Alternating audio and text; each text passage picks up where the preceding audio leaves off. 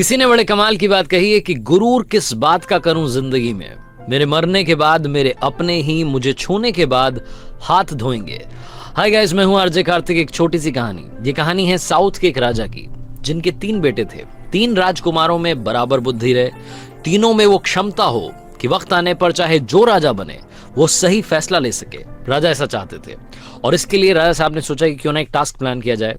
तीनों राजकुमारों को दरबार में बुलाया गया और उन्हें टास्क समझाया गया। राजा ने कहा कि आप तीनों राजकुमारों को बारी बारी से 4-4 महीने के अंतराल में, 4-4 महीने के गैप में एक पेड़ को ढूंढने के लिए जाना है। वो पेड़ हमारे राज्य में नहीं है, आपको दूसरे राज्यों में जाना है और वो पेड़ ढूंढ करके हमें बताना है कि कैसा दिखता है, कैसा वो पेड़ है। राजकुमारों ने कहा कि सही है। सबसे बड़े वाले ने पूछा कि पिताजी ये तो बताइए कि पेड़ कौन सा ढूंढना है। तो राजा ने कहा कि आपको नाशपाती का पेड़ ढूंढना है। जो लोग नाशपाती नहीं समझते, पियर जिसे इंग्लिश में कहते हैं, वो पियर का जो ट्री है उसे ढूंढने के लिए राजकुमारों को जाना था। सबसे पहले बारी बड़े राजकुमार की थी। बड़े राजकुमार गए, देख करके वापस आ गए। उन्हें पास की राज्य में वो पेड़ मिल गया। आकर के उन्होंने पिताजी से कहा कि आप कहें तो मैं बता दूं कि कैसा दिखता है। तो उनके फादर जो कि राजा थे, उन्होंने कहा कि नहीं, अभी वेट करो। दूसरे वाले को भेजा गया, बीच वाले जो भैया थे वो गए, फिर सबसे छोटे वाले भाई गए।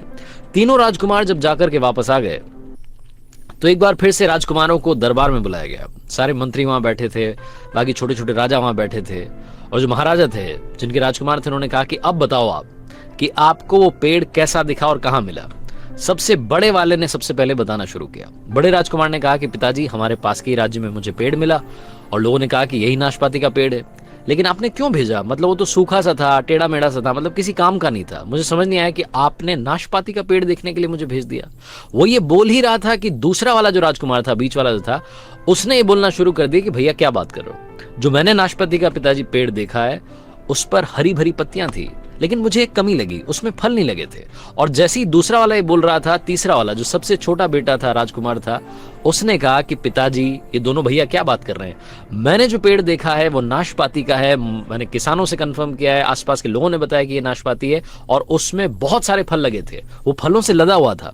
जैसे ही तीनों ने बात बोली, तीनों की बातें एक दूसरे से कॉन्ट्राडिक्ट कर रही थी। तीनों एक दूसरे से झगड़ने लगे।